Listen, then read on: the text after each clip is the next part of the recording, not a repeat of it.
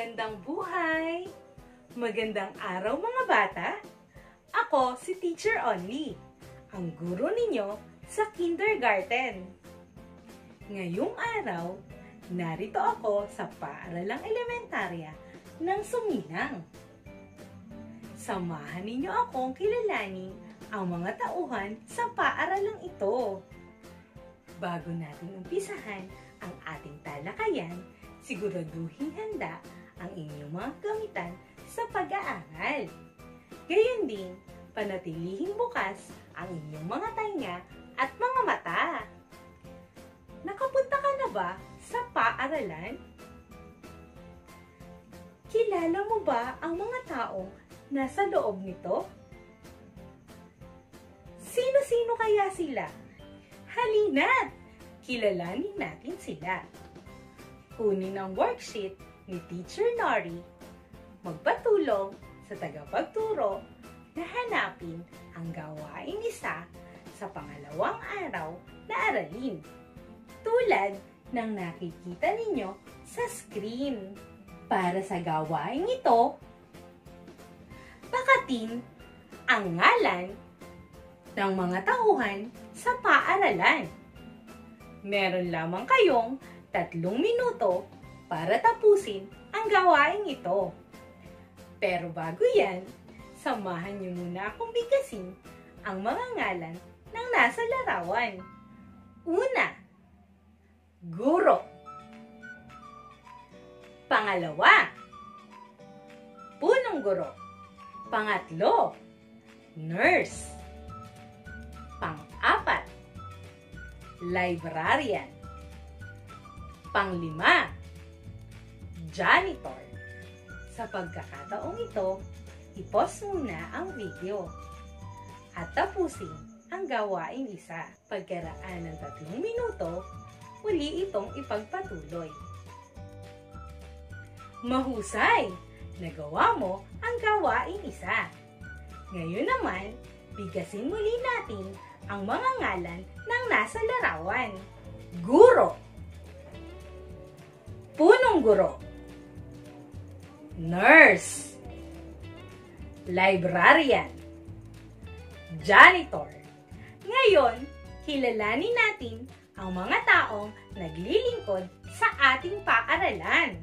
Siya, si Ginoong Joselito V. Morales, ang principal ng ating paaralan. Siya ang namumuno at tumutulong sa mga guro upang mas mapaunlad pa ang kakayahan sa pagtuturo.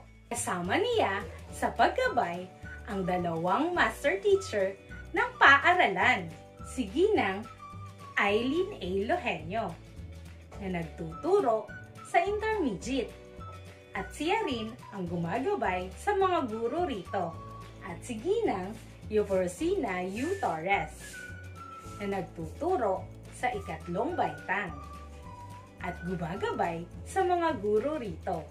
At ang iba pang mga guro ay ang mga sumusunod: Ginang Marjorie A. Manalo at Ginang Priscilla P. Sanchez ay mga guro sa 6 na baitang. Ginoong Orlando A. Argamosa at Ginang Marilyn M. Pagyo na mga guro sa 5 baitang. Sa 4 na baitang naman ay si Ginang Merlita P. Entoy at sina Ginang Euprosina Torres, Jaira Teres B. Anglo at Maria Luisa Paraon ay mga guro sa 4 baitang. At sa 2 baitang, ang mga guro ay sina Ginang Marie Chris R. Parungaw, Marilo D. Siaga at Binibining Melanie Peda. At para sa unang baitang, ang mga guro ay sina Ginang Imelda M. Felices at Ginang Catherine A. Apego. At para sa guro ng kindergarten ay sina Ginang Maria Sheena C. Liaga at syempre Ginang Rosalie B. Mirandela na kilala ninyo bilang Teacher Only. Sila ang mga gurong namamahala sa paaralang elementarya ng Sumilang. Bukod sa kanila, meron pang ibang tauhan ang ating paaralan. Siya naman si Ginoong Jimmy Llamado. Siya ang nagbabantay sa ating paaralan. Siya rin ang nagpapanatili ng kalinisan nito. Ang tawag sa kanya ay janitor. Siya naman si Nurse Nesan Rapada. Siya ang ating district nurse.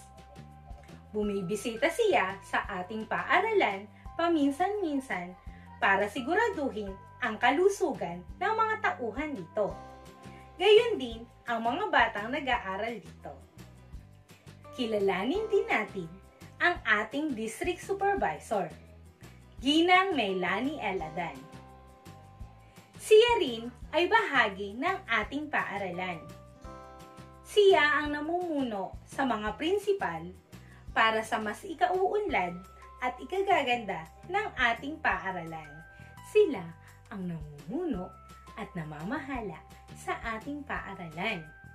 Panahon man ngayon ng pandemic at hindi nakakapasok sa paaralan ang mga batang tulad mo, ngunit may paraan pa rin kaming mga guro upang maipagpatuloy ninyo ang inyong pag-aaral. At yan nga ay ang Printed Modular Learning Delivery Modality. Sa tulong ng inyong mga magulang, nagagawa nyo pa rin maipagpatuloy ang inyong pag-aaral sa loob ng inyong bahay. Nakilala nyo ba ang mga tauhan sa ating paaralan? Magaling! Kung ganon, ano ang pangalan ng iyong guro?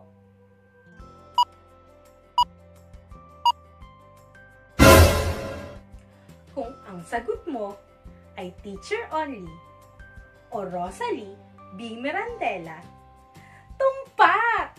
May tama ka!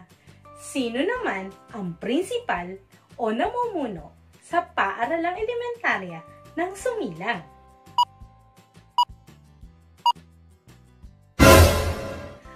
Correct! Si Ginoong Joselito V. Morales ang principal o namumuno sa paaralang ito. Mahalaga ba ang tungkulin ng mga tauhan sa paaralan?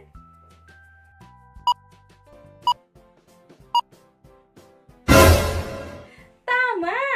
Mahalaga ang mga taong namamahala sa paaralan sapagkat sila ang nangangasiwa upang maipagpatuloy ng mga bata ang pag-aaral nila sa bahay sa tulong ng kanilang mga tagapagturo. Sa pagkakataong ito, kunin muli ang worksheet ni Teacher Nori at magpatulong sa tagapagturo upang hanapin at sagutan ang gawaing 2 at 3 sa ikalawang araw na aralin. Tandaan, mahalagang ikaw ang gumagawa ng iyong mga aralin. Magtanong lamang sa iyong tagapagturo kung merong hindi nauunawaan sa gawain. At dito nagtatapos ang ating aralin tungkol sa mga tauhan sa paaralan. Nawa ay natuto at naging masaya kayo sa ating talakayan.